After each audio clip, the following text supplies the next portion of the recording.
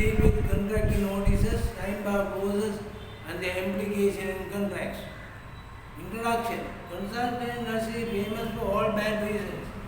In addition to the loss owing to frauds, time and cost overruns are common along with several other claims. It is therefore essential for the conditions of contract to play an active role in order to eliminate or control these unwelcome aspects. Contract notices, time bar clauses do play an important role in that aspect. Notice by contract.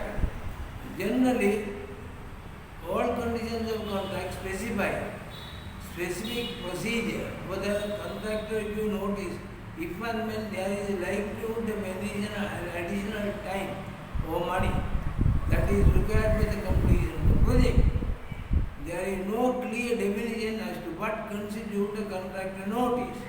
However, the understanding is that the contractor is an experienced one, and the spirit of the contract, where all parties to the contract take every effort to keep the damage to the minimum if possible, demands a proper notice from the contractor. The timing, the earliest or not later than specific days with approximate cost, etc.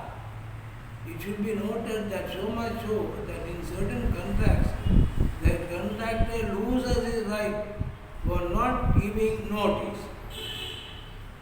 Time bar clause. The basic idea is that the contractor loses his right if he does not give notice as specified regarding the additional time or money. The FIDIC major works contract include a time bar provision at clause 21, which is set out as follows. The key feature of the subclause 20.1 of the FIDIC form are that the contractor must give notice to the engineer of time or money claim as soon as practicable and not later than 28 days after the date on which the contractor became aware or should have become aware of the relevant event or circumstances. Any claim to time or money will be lost if there is no notice within the specified time limit. Supporting particulars should be served by the contractor, and the contractor should also maintain such contemporary records as may be needed to substantiate the claim. The contractor should submit a fully particularized claim within 42 days after becoming aware of the relevant event or circumstances. The engineer is to respond in principle at least within 42 days after receiving a fully detailed claim. The claim shall be an interim claim, where the interim updated claims are to be submitted monthly. A final claim to be submitted unless agreed otherwise within 28 days of the end of the claim event, and any extension of time or additional payment shall be taken account of any failure or other prejudice caused by the contractor during the investigation of the claim. Payment certificate should reflect any such sums acknowledged in respect of substantiated claim. Subclause 21 deals with contractor claims, setting out both the procedure for the notification and substantiation of those claims and mechanics of the decision-making process to be adopted by the engineer. Further, clause 21 requires that the contractor to, if it considers it as a claim for an extension of time and or any additional payment, must give notice to the engineer as soon as practicable and not later than 28 days after event or circumstances during that claim. This makes it clear that the contractor must submit his claim during the course of the project. The initial notice at first instance does not need to be indicated for the very good reason that usually it cannot. The total extension or payment sought. The scheme of the FIDIC form is thus that when possible disputes should be resolved during the time of the course of the project rather than waiting until the works are completed.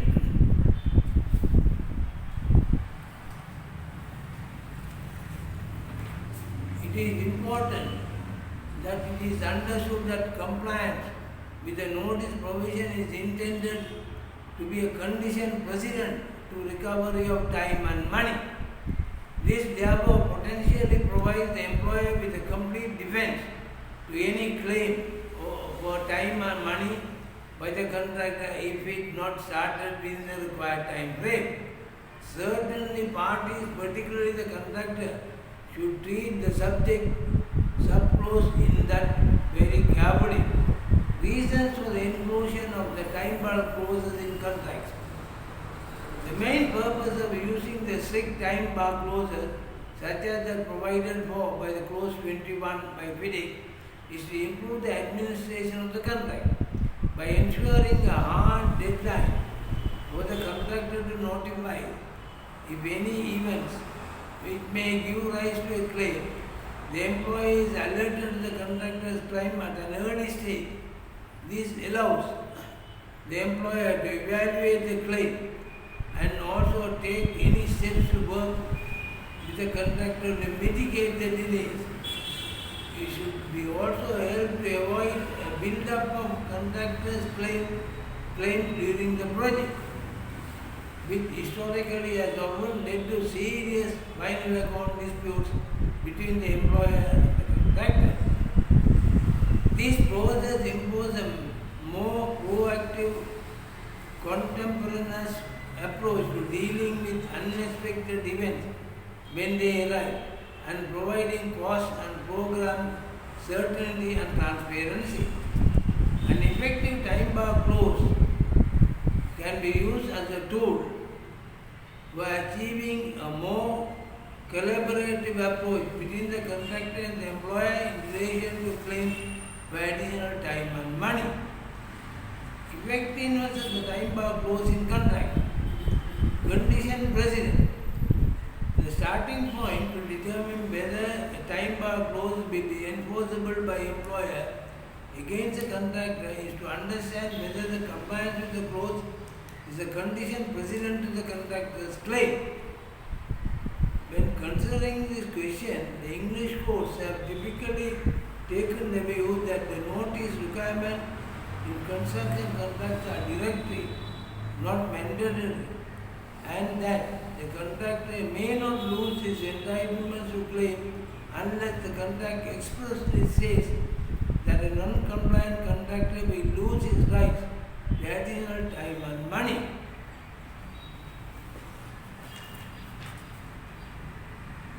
However, within the standard forms of EPC contracts, time bar clauses will be usually drafted such that they have a necessary elements of a condition precedent, clause 20.1 of the FIDIC Silver Book, which is a good example of a provision intended to be a condition precedent. As the clause specifies the time period within which notice must be served by the contractor, and clause expressly states that the consequence of the contractor's failure to serve of his notice within the relevant time, that is, the contractor will lose his rights against the employer.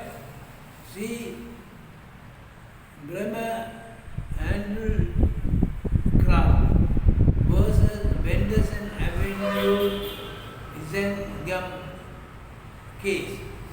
In the recent decision, Obscon Earth and Latin essay line versus Attorney General of Gibraltar, it was accepted by Council with the contractor that clause 20.14 did not impose a condition precedent on the contractor. It is very likely that it should be interpreted as in Opus Clause 80.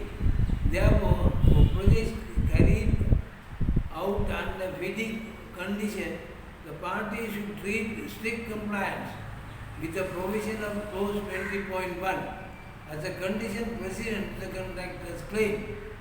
Clauses with similar features as clause 20.1 contractor's notice. The next issue to consider is but information the contractor will be required to give to the employer in his notice of a claim for additional time and money. While it is open for parties to specify in the contract exactly what details must be included in the contractor's notice, not all EPC contracts do so. There is a school of thought that EPC contracts where critical path analysis, among other demands, is required within 28 days of an event, giving rise to an extension of time arising. Often EPC contractors will find such demands very challenging. In the absence of the requirements set out in the contract, the English courts have generally considered that the contractor is only required to give the best information it is reasonably able to do so, and only information which is available to the contractor at that time.